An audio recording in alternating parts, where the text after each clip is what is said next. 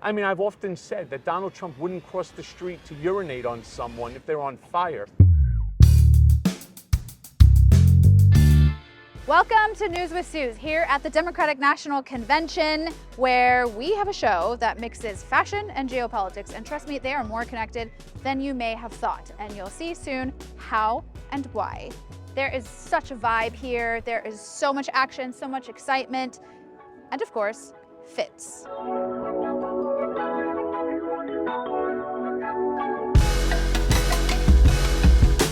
As the show goes on, I'm going to be wearing different outfits, and we'll be bringing you fit checks and fact checks. Why am I wearing this particular outfit where there's two trends that I'm blending, the brat green and the brat leopard, but very demure, very mindful, and a little bit cutesy. These are two trends that have taken the summer by storm.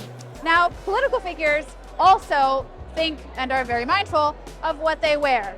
Even Barack Obama made a joke about the vice presidential nominee Tim Walz and what he wears. You can tell those flannel shirts he wears don't come from some political consultant. They come from his closet, and they have been through some stuff. Hillary Clinton, on the other hand, took us down memory lane, bringing back a bit of nostalgia with her white pantsuit that seemed very similar to what she wore in 2016 when she accepted the nomination as the first female presidential nominee of the United States. Michelle Obama, on the other hand, made a little bit of a change from her look in 2016.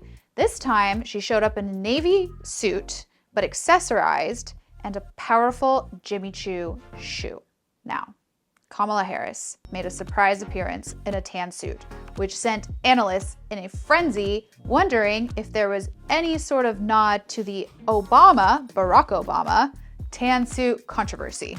The Obama tan suit controversy was in 2014. He showed up for a news conference wearing a tan suit. What's upsetting is that it just showed him relaxed. It just showed him that he was on vacation. And that is the extent of the controversy. It's just he never wore anything like that before. Kamala Harris's pairing of a pussy bow blouse with a masculine suit blended this feminine and masculine vibe. She was showing a message or portraying a message that she can do both. You could say these outfits weren't very demure, but they were mindful, and even Vogue magazine said that the sartorial choices of these women paints the political landscape. So, fact check.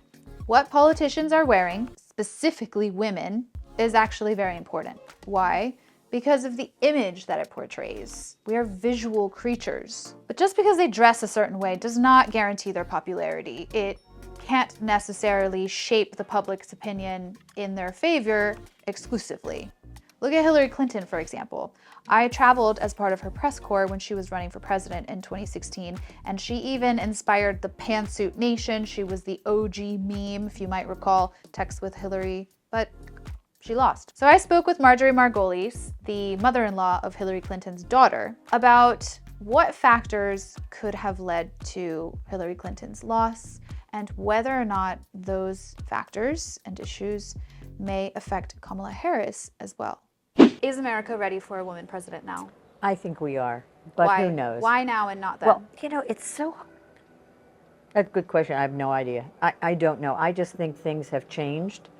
I think women are going to be the most important ingredient in this race, period. Women are going to come out in numbers that are astonishing. So Linda Lake is a pollster. Okay. And I've been working with her for years. She's brilliant. And one of the things that she said to me quite a few years ago, that one of the things that she really had a hard time polling with women was jealousy. And she had a hard time polling, as in she couldn't get a read on it? And it was like 2 or 3% off, but whatever it was she couldn't get a handle on women. Women would say, I don't know why I don't like Hillary. I don't know what it is. And for a lot of women did what they were told to do. They went to a good school or not, but I mean, they met their husbands, had children, and all of a sudden she's going to be president of the United States, and they don't even understand that. So did she get the women to tell her that? Or was it something she had to glean and discern? It was, yeah, exactly. I know she never said to them, are you jealous? But the sense is she knew that there was something there that women were saying, I don't know why, I just don't like her, I can't stand her. How does Hillary Clinton feel about the fact that Kamala Harris could end up being the first woman president when it should have been her, or could have been her rather? I can tell you honestly, Hillary is an amazing person. I mean, so how do you feel about it, Hillary? You know, but she's very upbeat. She's very pleased that it looks so good, and that she had something to do with it. That, you know, she was the one who laid the groundwork, and not at all. I mean, not an inch of, excuse me, I should have been the person. Part of the reason why I believe, in my experience, that envy and jealousy can exist, professional jealousy, let's just say, is precisely because there have been limited spaces for us, right? Let me tell you what. We would go into a meeting knowing that there was just such a tiny amount of funds there, and we'd be adversaries, not advocates together. And she was absolutely right. I think it's changed, and it is changing, but there's still a little bit there. All right, time for another fit check and fact check. I am wearing brat green because brat green is trending. It was a fashion trend, and then it turned into a political trend because Gen Z decided that Kamala is brat. And why does that matter? Because this Democratic National Convention is the first time that over 200 creators have been invited. They have a lounge, they have a creator platform, they have all kinds of infrastructure that has been put in place for them, infinitely more than the press. Now, why does this matter in terms of the Democratic National Committee getting their message out? Well, they see the value of working with content creators and influencers to make sure that their particular message gets out, which is not something that they can do with the media and the press and nonpartisan journalists. Here's a few that I spoke to. These issues matter to people, and so people are speaking up on those issues. And the campaign is following suit, but the campaign's also really smart because they've hired a lot of these creators, behind the scenes. They've brought us folks, invited us here to cover on our own independent platforms. And I just think that it's a time where we're not having to ask for the credibility and the legitimacy. We're being granted it because I think we've earned it. But you worked in Democratic politics. What is your reaction to the fact that we're here in a lounge dedicated to creators? Is that a big shift from where Democrats were previously? This is the first time there's ever been creators at a Democratic convention, so it's a big shift. And I think it is a reflection of the changing media environment. And it's just a much more creative group of people. And I think that more is more in this work. As a journalist, it's been really interesting to see this rise of the influencers and newsfluencers and creators. So how is that for you as an actor? Well, I think as technology has been happening for the last 20 years, it's the inevitability of that seems, I guess I'm sort of comfortable with it now. I suppose when Lord of the Rings came out, I was in the Lord of the Rings. I became an action figure. And as soon as you become an actual, real action figure and you look at it, you're like, oh, well, I guess anybody could really be an action figure. Yeah. Do you know what I mean? There's broadcasters of these big things, but you're a broadcaster now. So it really has to do with the quality of your mind and, how well you can manage the tech and Well, you can corner somebody for an interview and do it in 3 minutes? Yeah. You're doing great. When I found out that they were doing this creator program for credentials, I thought, well, this is a historic moment. I would love to be here. And, as an Iranian American, I know that there are those of us that are not super pleased with how the Democrats have dealt with the Islamic Republic. I've heard that a lot, so I wanted to bring that concern here. And what have you found? I found some good and some not so good. I'm going to do a little wrap up of that when I get back to Los Angeles, but I do feel like there's still some misconceptions and misinformation about what the people inside of Iran have been fighting for and how we can help them complete their goal, which is to get rid of the Islamic Republic. And so, yes, it's been a little interesting. It's awesome to just see how the campaign has embraced this, see how many creators are embracing the role they play as trusted messengers. But who's fact-checking them? I mean, that's part of our challenge in the current era. So one of the things, the good news is everybody has a platform, everybody can get messages out.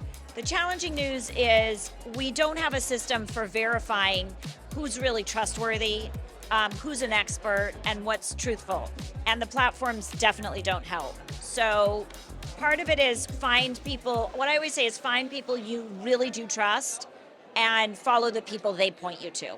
So given the amount of creators who are here in Chicago and how their posts are doing, the numbers we're seeing, it seems like it was in fact the right move for the DNC to invite them and to create a space for them. Now, we're not going to know until after the election in November whether or not it was in fact the right move. It was fascinating to see these two worlds collide, but it wasn't only influencers and celebrities who were making waves at the DNC convention. There were other political figures here, and we sat down with one of them, a controversial political figure.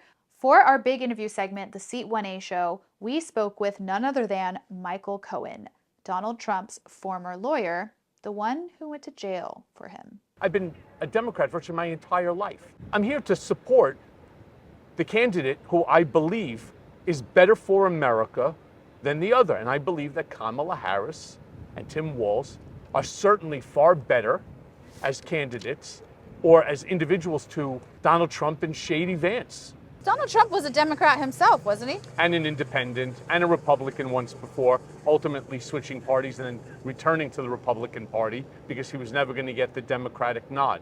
Is he still deep down a Democrat? He's nothing. Donald Trump isn't Republican, he's not Democrat, he's not independent. He's Donald Trump. He cares only about Donald Trump. One of the biggest issues this election is on women's reproductive rights. One of them.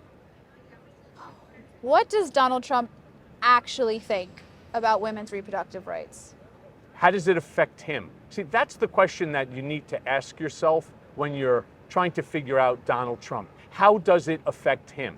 Well, it doesn't. What you do in your household with your reproductive decision making, he doesn't care. I mean, I've often said that Donald Trump wouldn't cross the street to urinate on someone if they're on fire, simply because it means he has to walk across the street. And more importantly, what's the relevance? What's the need? When you and I first met, we had long, extensive conversations where you were defending Donald Trump to the teeth, and then it turned out that you were not being honest with me, which came up in court. So at what point did you kind of have your breaking point and decide, you know what, I'm just going to tell it like it is? So I was the one who actually convinced him to run again in 2015 for the 2016 election. And yes, I wanted to see him win for a multitude of reasons. The country, or I should say at that point in time specifically, the country was going through a lot of issues. And I thought somebody, an outsider, like a Donald Trump, could be really good for the economy, could be really good for the country. But in fact, what did we end up learning? That he doesn't care about the country. He doesn't care about anything. But and didn't you always know that? Not when it came to the country. About other things, yes. But I never thought that he would do the things that he did.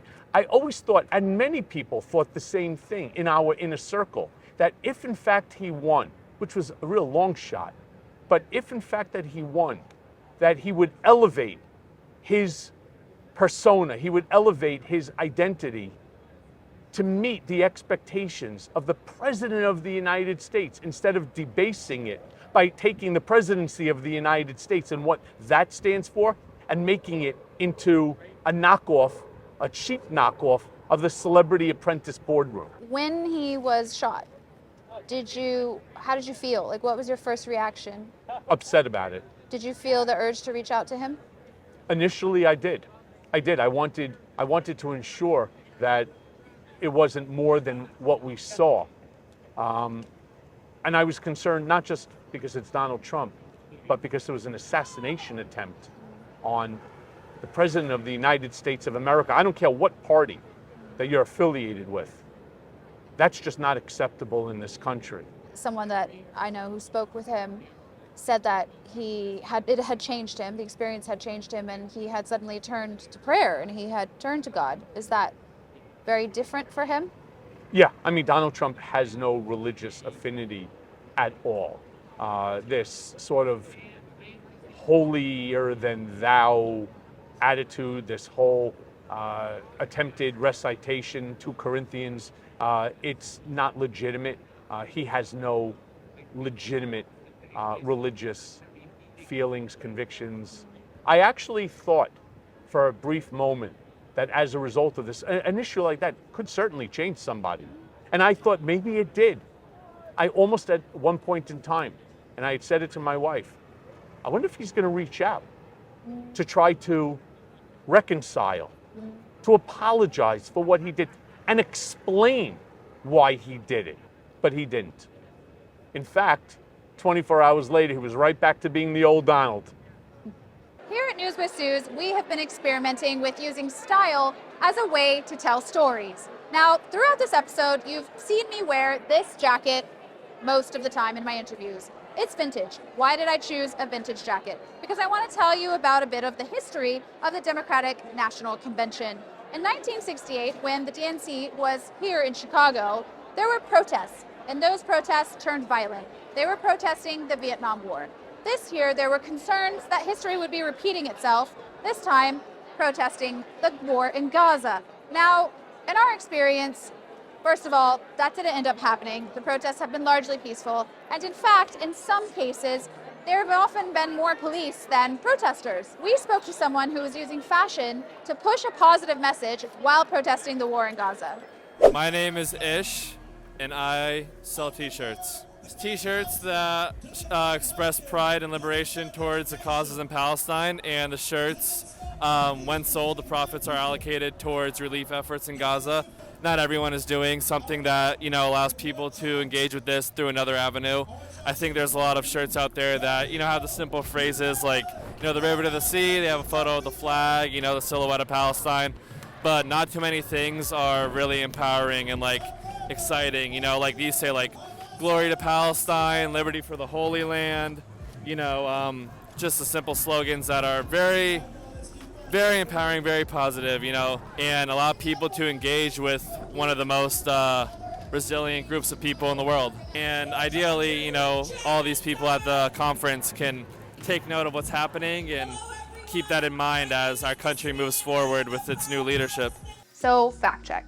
The fear of mass violence was pretty much unfounded. But what's the goal here? And what do people who are Democrats, support the party, but want peace in Gaza, what do they do? We spoke with an activist, Rebecca Abu-Chadid, about this very issue. I will say that Vice President Harris was the first member of the administration to call for a ceasefire.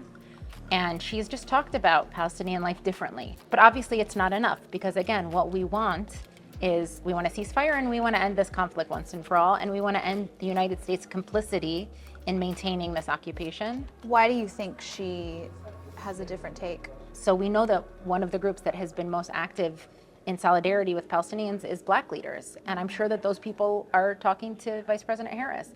Her stepdaughter is very active, and the Jewish community, people I think make a mistake and say it's the Arab American community versus the Jewish community. That's very much not true. The Jewish community is not a monolith. And so we work very closely on a daily basis with a huge part of the Jewish community that's often overlooked. And I think those people are also making inroads into the Democratic Party, and I hope that she's hearing from them as well. And again, I think it's a mistake to try to divide the two communities. If we believe, as I do, that the fate of Palestinians and Israelis are intertwined, then I think institutions like the White House and like Congress should be bringing these two communities together and say, if we think that Palestinians and Israelis over there need to live together, then we're going to bring these communities here who care deeply about what's happening in the region. We're not going to divide you. We're not going to meet with the Jewish community on one side and tell them one thing, and then the Arab American community on the other side, and assume that you can't all be together. And that has happened for, I think, far too long, and that's one of the things that we've been challenging. There have been a lot of questions around what Kamala Harris's foreign policy will be. In fact, there will have been criticisms that she doesn't have the experience, even though she's been vice president for 4 years nearly and has been in countless highest level security briefings. But what we did see at this convention was family of one of the Israeli hostages on stage, which was a very somber moment and quite rare for this kind of event. The convention is supposed to be a celebratory event. And we also saw, for the first time in over 30 years, a platform for Palestinian issues. There was a panel about Palestinian human rights on the first day of the convention. But not everybody's happy. There's been a sit-in protesting the lack of a pro-Palestinian voice on stage as a speaker. However, Alexandria Ocasio-Cortez, better known as AOC, who is very vocal about Palestinian human rights, was a speaker. And that just about does it for News with Suze here at the DNC. Thank you for being a part of our launch. For a bit of a treat, here are some of the fit checks from some of the people that I spoke with throughout the week. Oh, this is a suit by Argent. It comes with a vest. I love it. It's been great. And they support working women. Pink fluffy dress, pink matching bow. Show them the bow. So I wanted to wear something a little profesh, but a little cash, and we were asked to wear white today to represent solidarity with women's rights and reproductive rights, which are two things that are very important, not only to everybody, but to me personally. You know, kept it cash with the jeans and got a little white boot. And that's a wrap on history being made here in Chicago at the Democratic National Convention. The United States Democratic Party has just nominated the first African-American South Asian woman candidate to be President of the United States. We had content creators here, influencers here. We saw political trends meet fashion trends, cowboy hats, brat green. Is all of this going to translate into Kamala Harris becoming President of the United States? This has been News with Suze. Thank you for joining our program where we blend fashion and style and geopolitics, and we do things differently. Stay tuned for the next episode.